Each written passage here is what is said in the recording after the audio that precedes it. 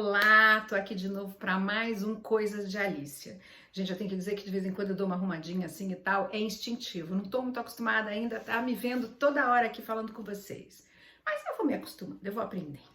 Hoje eu queria contar uma história, né, dentro dessa sequência aqui que eu tô contando para vocês, das minhas vivências, da minha caminhada, quando eu cheguei na igreja lá, se vão quase 20 anos, quase 20 anos.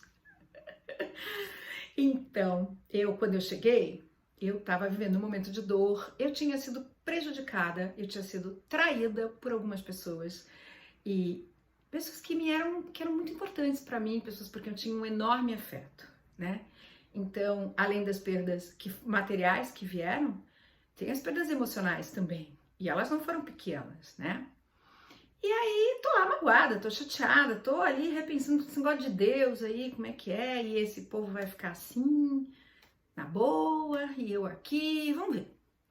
E aí um dia eu tô lá, sentadinha no banco da igreja e ouço uma pregação sobre Jonas. Muitos de vocês já conhecem a história de Jonas, mas eu vou dar uma recuperadinha aqui no que aconteceu com Jonas. Jonas era um profeta, gente. Jonas não era um cidadão comum, assim, no sentido, né? Era uma pessoa, era um profeta, tinha conhecimento, tinha uma relação com Deus, né? Ouvia Deus. E aí, Deus deu uma tarefa, uma missão para Jonas: pregar em Nínive. Nínive era uma cidade de inimigos do povo judeu. Não era uma cidade de gente do povo judeu, era uma cidade de inimigos do povo judeu. E aí o Jonas ficou pensando na tarefa, ele falou, na missão, Deus tem algum propósito com essa história de eu ir pregar em Nínive. Não sei se eu vou não. Acho que eu não sei, tenho certeza do que é, mas eu vou. Não vou não, não me pega. E aí sabe o que ele fez, gente? Nínive ficava pra lá. Pra onde Jonas foi? Pegou um barco rumo à Espanha, que ficava para lá, ou seja, o oposto, foi para o outro lado, para outra direção, para a direção contrária. E tá lá no barco, indo para a Espanha, e Nínive aqui, e a Espanha lá, e aí vem uma tempestade, uma coisa assim impressionante, aquilo vem, e o barco... E aí os companheiros do barco, os marinheiros do barco, entenderam que tudo aquilo que estava acontecendo era culpa da desobediência do Jonas. Aquele desobediente lá no barco deles estava prejudicando a viagem deles e podia destruir o barco, afundar o barco, estava em vias de afundar o barco. O que eles fazem? Sem dó nem piedade. Jogam o Jonas no mar. E o Jonas é abocanhado por um peixe grande, muito grande, e fica na barriga do peixe, refletindo, né? E aí ele se rende a Deus e ele resolve, então, tá bom, eu vou para Nínive, vou pregar em Nínive. Ok, se o Senhor assim o deseja e está me dando essa missão, eu cumprirei. Jonas vai e prega, o povo de Nínive se arrepende. E aí você pensa, fim da história, que bonito, final feliz. Ele prega, o povo se arrepende, ficamos todos em paz. Não. Não. Jonas saiu emburrado, chateado, aborrecido, que nome você quiser dar para isso. Por quê? Porque Deus estava perdoando o povo inimigo do povo judeu. Como assim? Deus está perdoando o povo inimigo? Como assim? Não é possível. E para Jonas isso era uma coisa impensável, ele achava que aquilo não era bom, né? Aí tem alguns problemas, né, gente? Questionar a vontade de Deus é uma coisa bem complicada. Não sei se como profeta ele achou que podia fazer isso, enfim, acho que não, porque a vontade de Deus prevaleceu, obviamente. A Bíblia não nos conta o que acontece depois com Jonas, a história termina aqui, mas eu conto para você como termina a minha história com Jonas e com os meus inimigos.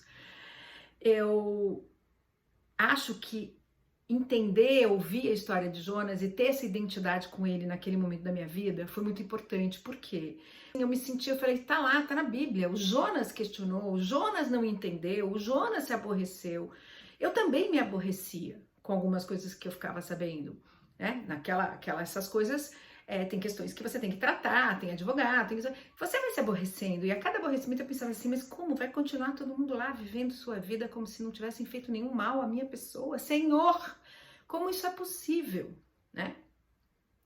Então eu acho que a grande lição para mim é, eu não aprendi naquele momento exatamente a perdoar, e a entender alguns desígnios de Deus, e a entender que quando Deus dá uma missão é importante fazer, porque ela acontecerá de alguma forma, né? Mas você precisa entender que é a sua missão. Mas sim, aquilo me trouxe uma calma para eu entender que eu tenho que percorrer um caminho, que eu tinha que percorrer um caminho de aprendizado, né?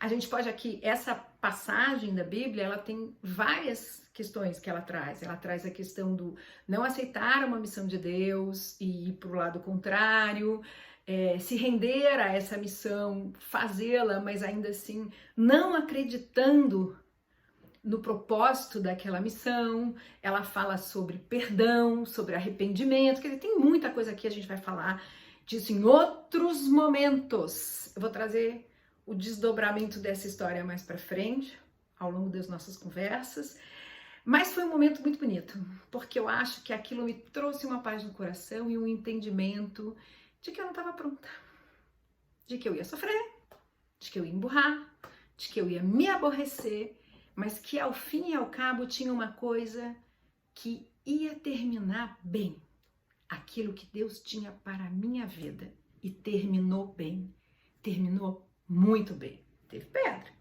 buraco, chateação, aborrecimento, mas terminou com um final feliz. Então a gente se vê na próxima e vamos continuar aqui falando dessas coisas de Alice. Não esquece, like, manda para alguém, siga a gente nas redes sociais. E se você contar a sua história, do seu personagem, em algum momento da sua vida, eu vou adorar conhecer. Escreve aí pra gente. Um abraço.